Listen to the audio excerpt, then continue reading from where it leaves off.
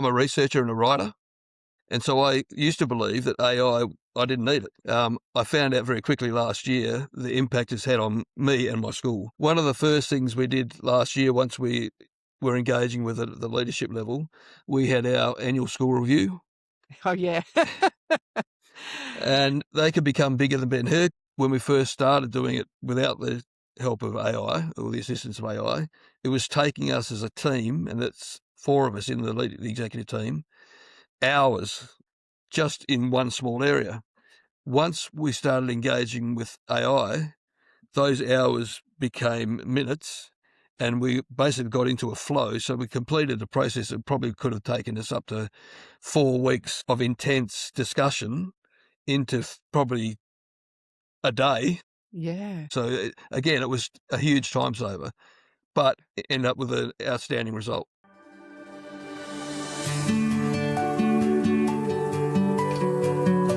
Welcome to Trailblazing Schools, the podcast for educational leaders at the intersection of leadership, complexity, and intelligent technology.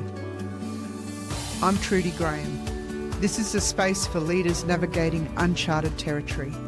We explore strategic leadership, ethical innovation, and how AI can strengthen the deeply human work of education.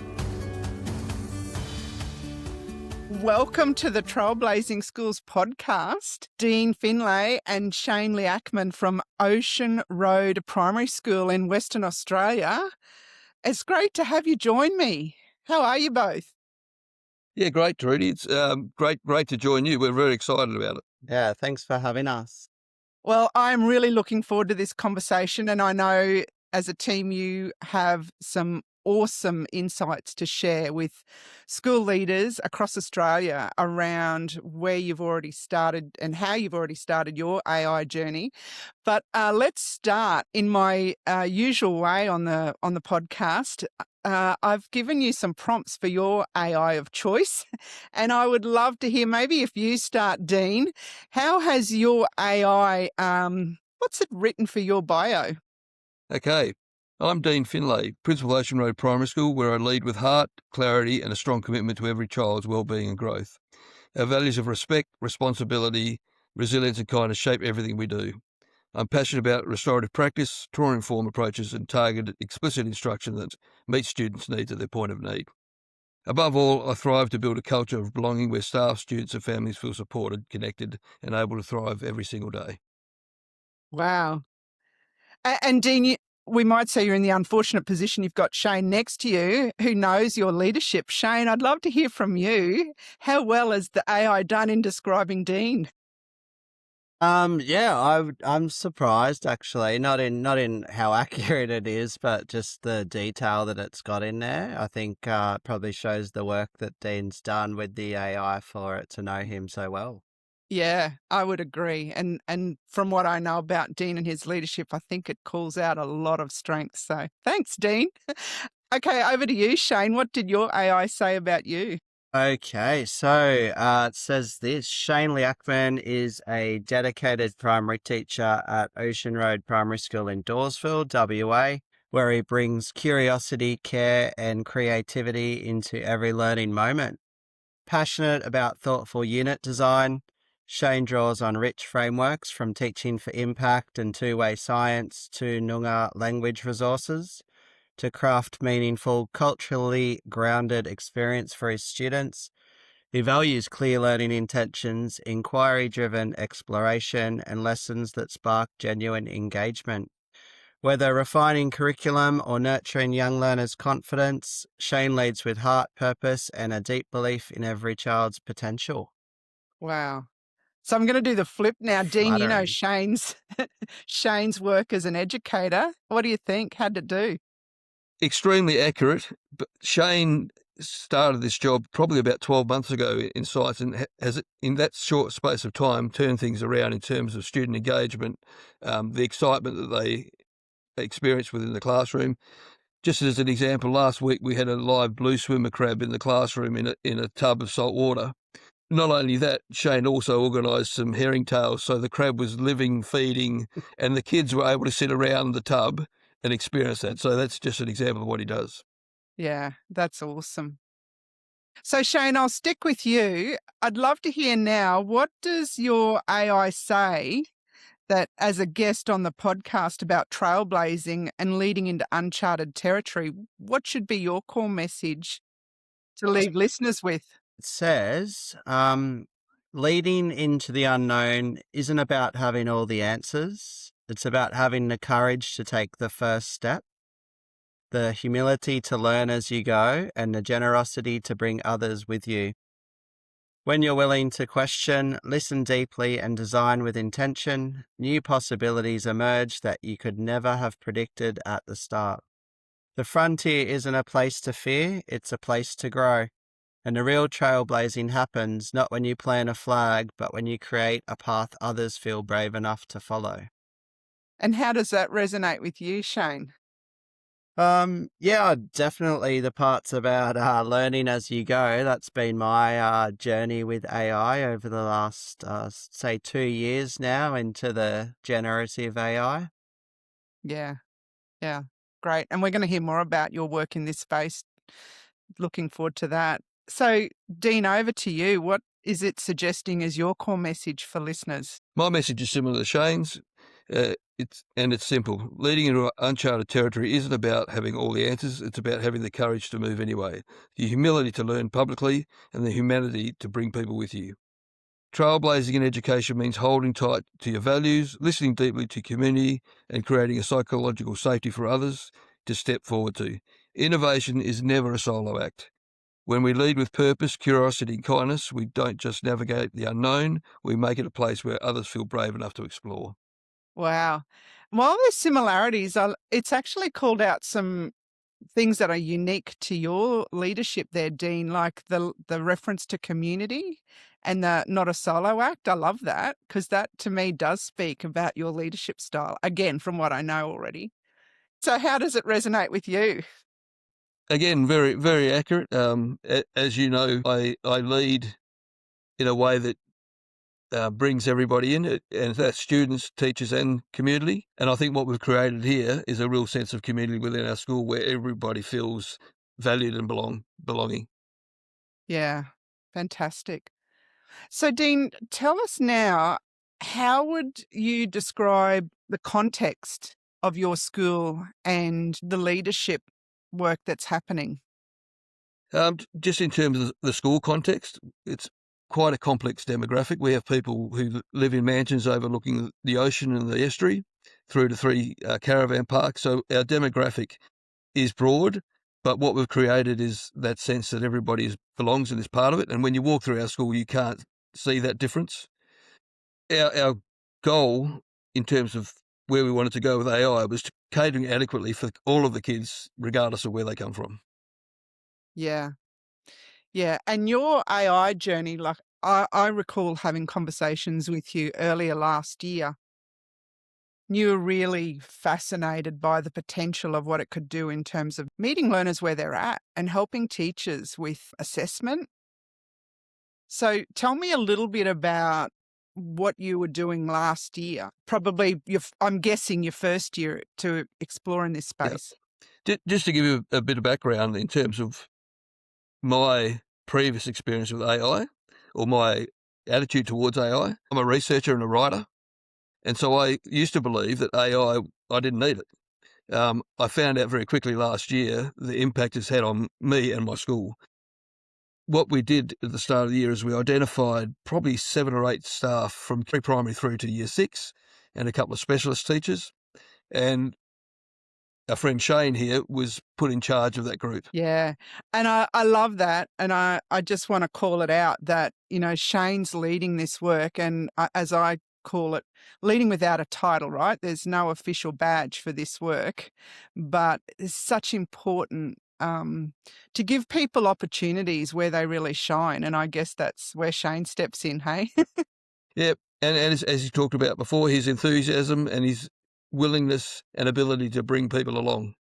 Yeah.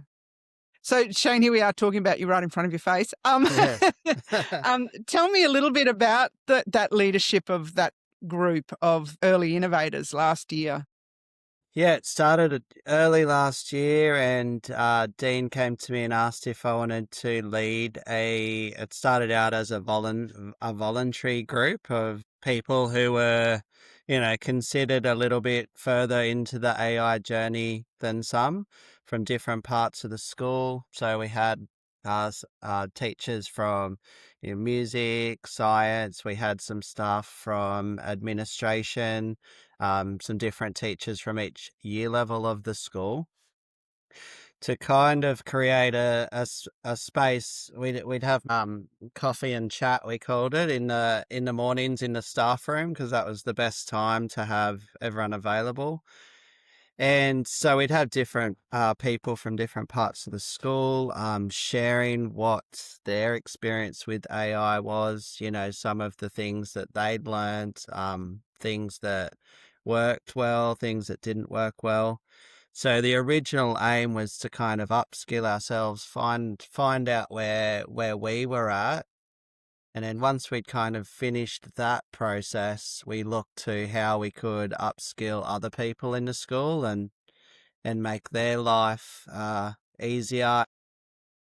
Yeah, I think about AI. It improves the quality of my work and makes me more efficient in doing that. Yeah. So I'm looking to extend that to other people. Yeah, yeah. So you've really started with a core group and now it's about building that capability out. Yeah. We've been working together with the AI Pro Essentials experience and not yet finished, but what are you noticing as a result? So just for the audience, so we've had two of our 3 sessions, and yeah, the buzz was immediate from the very first one, I have to say. Lots of people, because we have teachers who use AI every day to those who hadn't used it before, but just the general bars of some of the things that were possible in those first 2 sessions were immediate. And yeah, I had lots of different people come up to me and say, wow, that was great. Yeah. The biggest message that came through from the feedback I got from staff was how they were all engaged regardless of where they were on the path. Yeah, yeah. And that's the case, right? Everyone's on a continuum of learning. And in fact, we're all learners. It's such a new technology.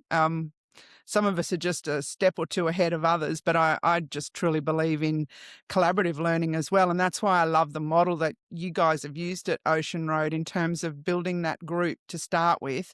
And then they're perfect in terms of peer tutors and sharing with colleagues. And then it just grows in terms of interest and motivation, especially when you get quick wins, right? Yeah. At the table I sat on the first session, we had people who were pre-learners to learners to P-platers, but even the way that they engaged with each other to support each other in that learning process was amazing. Yeah, yeah. Across this podcast, you'll hear leaders navigating complexity with courage and clarity. If you'd like to see how that looks in practice, visit trailblazingschools.com/field notes. These field notes capture real stories from school leaders using AI as a thinking partner, strengthening leadership, not replacing it. It's free, practical, and designed to prompt your own next step. You'll find it at trailblazingschools.com/field notes. And I think an important part for schools starting out, but also going forward, is how they continue to create that culture of shared learning, shared experiences, and risk-taking, experimenting within boundaries. And I guess that brings me to your policy, which you shared with me. And I was back looking at it before we started recording. I love it because it's basically comes down to 17 bullet points written in plain English, a list of do's and don'ts. And as I read through it, I went, yeah, okay, what I've been teaching in our sessions perfectly aligns as well. So maybe, and Dean, I'd love to hear from you around how your policy, your guidelines has come about and why it's important for you too as a school leader. Yep. Shane and I were fortunate enough to attend an AI education workshop last year. It was held at Curtin University, and we did a lot of learning throughout the day, but they actually started from that conversation around the policies, and both at a state and national level, in terms of what we can do and what we can't do. Shane and I actually had an opportunity that afternoon to draft the policy for the first time, which was great learning for us. So then we came back to school and we took it back to the team and said, okay, these are the things. How are we going to make this very user-friendly for staff, but clearly understood? And hence why we came up with the very clear do's and don'ts. So everybody here knows exactly what they can do, what they can't do, and the risks that are associated with doing the can't do's, but also the excitement around the can do's.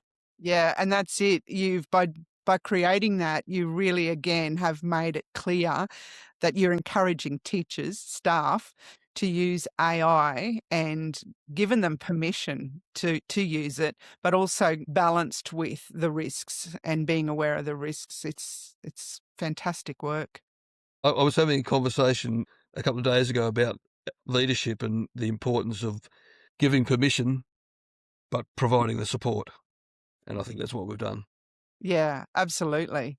And if you want people to build capability, the other part too is supporting them and providing opportunities for them to do that, right? Because that lifts their performance. So I'd love to hear if you can give a specific example of how you've used AI in your leadership. And maybe that's one for you, Dean. One of the first things we did last year, once we were engaging with it at the leadership level, we had our annual school review. Yeah. And they can become bigger than Ben Hur because we're assessed across 6 learning areas. We've got to put all the inputs in terms of the evidence, but we also need to provide the analysis. And we found when we first started doing it without the help of AI or the assistance of AI, it was taking us as a team, and that's 4 of us in the executive team, hours just in one small area. Once we started engaging with AI, those hours became minutes, and we basically got into a flow. So we completed a process that probably could have taken us up to 4 weeks of intense discussion into probably a day, where we actually nutted it out. We had all the information, and as you know, we just put that in as the prompt, and then AI was able to not only tweak it in terms of how we operate and what we do, but also we were able to put restrictions on word count and all those sorts of things. So again, it was a huge time saver, but it ended up with an outstanding result. Yeah. And as you talk about that, it's just reminded me, Dean, you actually submitted that as one of the anecdotes in the AI in Action field notes from school leaders. And you've got a couple of other anecdotes in there. So people listening, if you want to hear some really practical ways that AI is being used by school leaders, you can download that. There'll be a link in the show note. But Dean, you talk about the time saved, and that's the first win, right? The first and obvious one. But I'm curious, in that process, were there any other impacts for you in terms of using the AI? As we talked about when we first talked about the prompts at the start, once AI learns who you are and who your school is, it actually does a lot of the thinking for you. That sounds silly, but it's true. So as Shane said earlier, Dean's been using this tool for quite a while now, so it knows me intimately, and it knows our school intimately.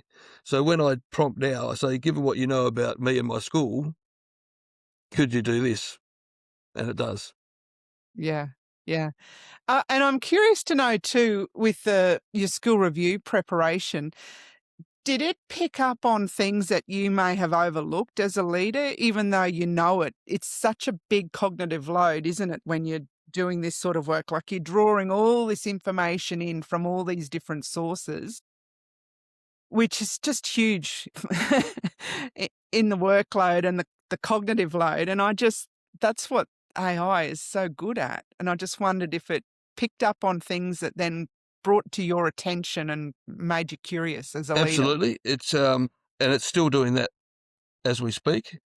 what AI, because of the build-up of knowledge it now has, not just about our school, but about education, policies, processes, lingo, it actually, when I write something now, and when we were doing that last year, it adds some nuances that you might not have thought of. Yes. Yeah. So powerful. Well, thanks for sharing that, Dean. I had a laugh when you said school reviews because different states, but same, right? And Yeah. we're not the only ones. I know that there are other states and territories that have very similar processes. Might be called something different, but basically, yeah, a review every 3 to 4 years, and then there's a whole significant piece of work around school planning. Yeah. So I'd love to ask if, other school leaders are listening and feeling overwhelmed, what's one small place you'd suggest they start? I would say don't feel overwhelmed.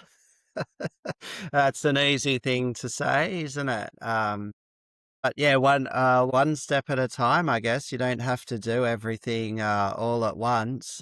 Take the small wins, and the small wins of progress and turn into bigger wins. So don't be afraid of the big picture. Yeah, great. Yep. Uh, And the message that has resonated in my head was quite a long time ago. I read Jim Collins' work, Good to Great. Yes. And one of the great messages he put out was fire bullets before you fire cannonballs. And that was the approach we took to this. So with that team that were working last year, we were firing out the bullets. So we were actually gathering that information. Is this going to be good for us? And it was. And this year we're firing the cannonballs. Yeah. What a great analogy, right? Yeah, and thanks for bringing that, Dean. I love that. I'd be interested to know first from you, Dean, while you've got the mic, so to speak, what does leadership feel like now compared to pre-AI? There's less pressure to get things done because some tasks that might have taken me a day to prepare the information and then actually to produce the document. Whereas now, as I said, with what AI knows about Dean and Ocean Road Primary School and the prompts I can create, I now just put that into AI and it can produce me something that might have taken me, like I said, 3 hours to a day, I can do in 15 to 20 minutes. Yeah, amazing. So the pressure's off to do all of that work, allows you to focus on the priorities, right? Absolutely. And the people. Yeah. Yeah. Yeah, well, the people are the priority. Yeah. Yeah, exactly. If this conversation resonated and you're exploring how to strengthen leadership in your school, network, or system, I invite you to connect. Visit trudygraham.com.au/connect to explore working together. If you're ready to move from insight to implementation, that's where we begin. And Shane, I'd love to hear from you around how you feel now about teaching and the leadership work Yeah. at Ocean Road with AI compared to pre-AI. Yeah. Well, yeah, that's a really good question. I've actually just been thinking about it as we've been chatting. So I think for me, like my main skill as a teacher is in the lesson delivery, and I've always said that my wife's also a teacher, or anyone who'll listen. I've always been way stronger in the delivery of the lesson than the documented planning that goes along with it.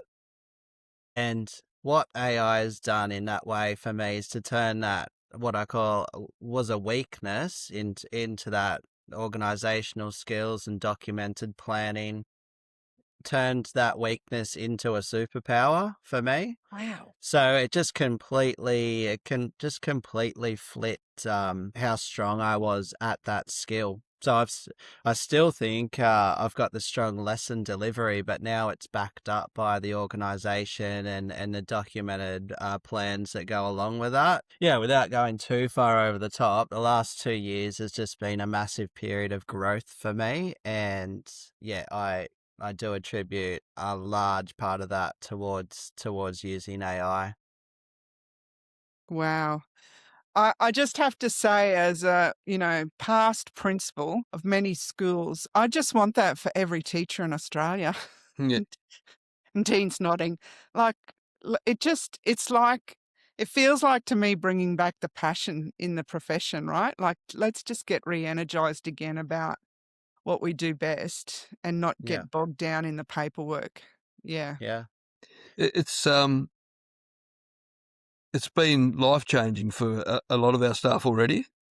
But we hear all the chatter around Australia and around the world about the pressure of the workload and all those sorts of things. But this is a genuine way of addressing that. Yeah. I agree with you, Dean. And that's why I keep doing it, right? Because I just love seeing it make a difference for teachers and school leaders. Like you said, it's life changing. And I say they get their life back, right? Yeah. Yeah. Thank you. So, as we wrap up, what do you hope another school leader feels after hearing your story? From my perspective, I hope they're relieved of the fear and excited about the opportunities. Yeah, well said. Shane, what would you say? Well, I think something like this is a bit of a gift for staff. Actually, it's not something. Well, it is something to do, but it replaces a different way of doing things, and then it does make work. Well, I think it makes my work better and more efficient. So that is two wins right there. So, and that is an absolute gift that teachers and school staff can have. Yeah. So, if school leaders or teachers want to reach out to you, what's the best way they could get in touch with you? With me, we've got our school website and Facebook page, but I'm also active on LinkedIn. So if anybody wants to look up Dean Finlay on LinkedIn, I'm there. Yeah. And Shane? For me, an email through the school website, or I'm happy to share my work email address if someone wants to get in touch that way. Yeah, lovely. That's great. Thank you. Now, let's now move to the closing questions, a little ritual here where it's not about the work, it's actually about you and where you are in the world, I guess. So, Dean, if you can kick us off, what's the best kept secret about where you are? Well, Ocean Road Primary School and where we both live is on Binjarra country of the Noongar Nation, which is an amazing thing. And again, we're continuing to learn more and more about those sorts of things and the culture, local culture. But our school is situated between ocean and estuary, which is an amazing environment to live in, but it's also an amazing environment to work in, as Shane's discovering with the science, how he can actually use that. And do you want to talk about how you are using that and how you're planning to use it in the Yeah, future? so this year in science, I'm planning on spending time on topics and content that's really local to the area. And this term we're working on biology, so we're hence the blue swimmer crab, which is really famous and noted in this area in the Peel Harvey estuary. So bringing that in, and that just helped to meet students. They brought in all their own experiences with that and wanted to share stories. So yeah, I think where we are is a real gift between the ocean and the estuary, and it's a great place to be. Did you want to mention the two-way science?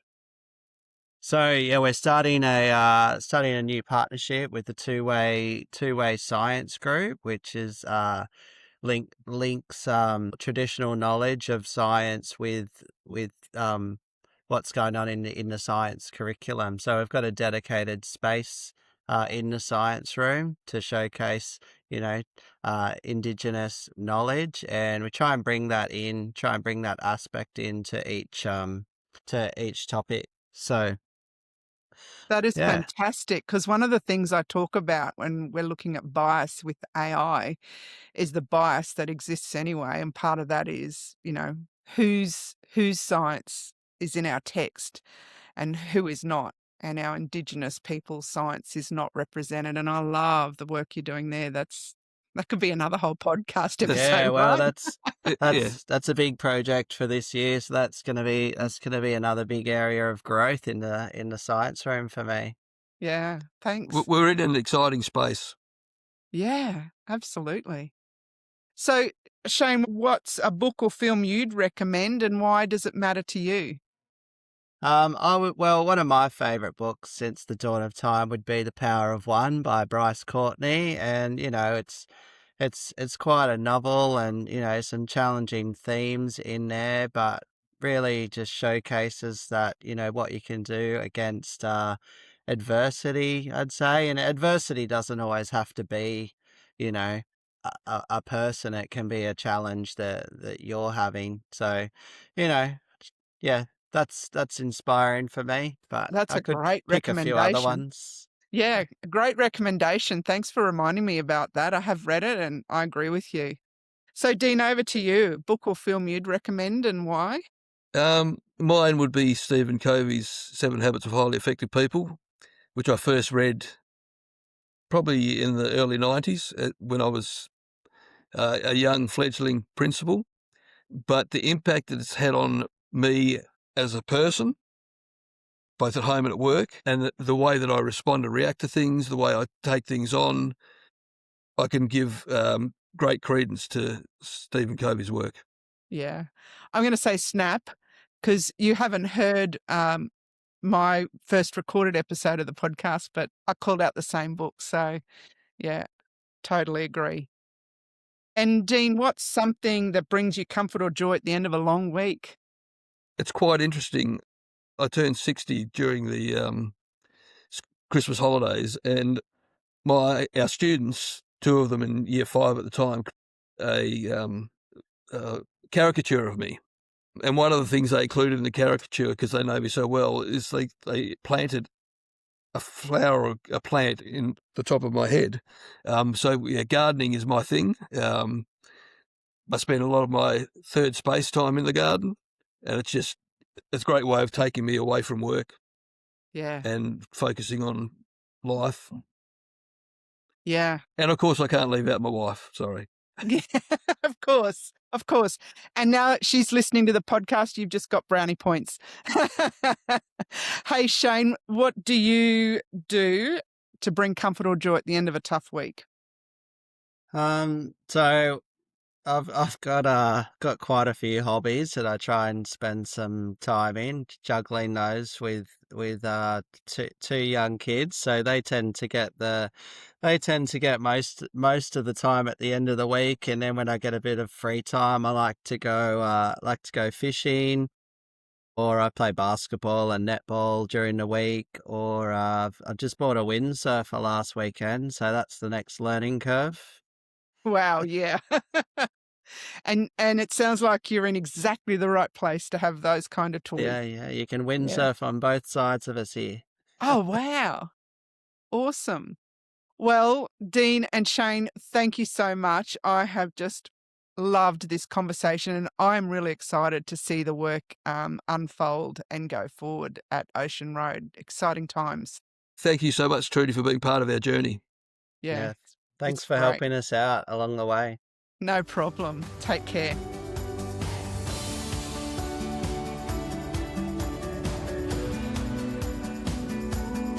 You've been listening to Trailblazing Schools with me, Trudy Graham.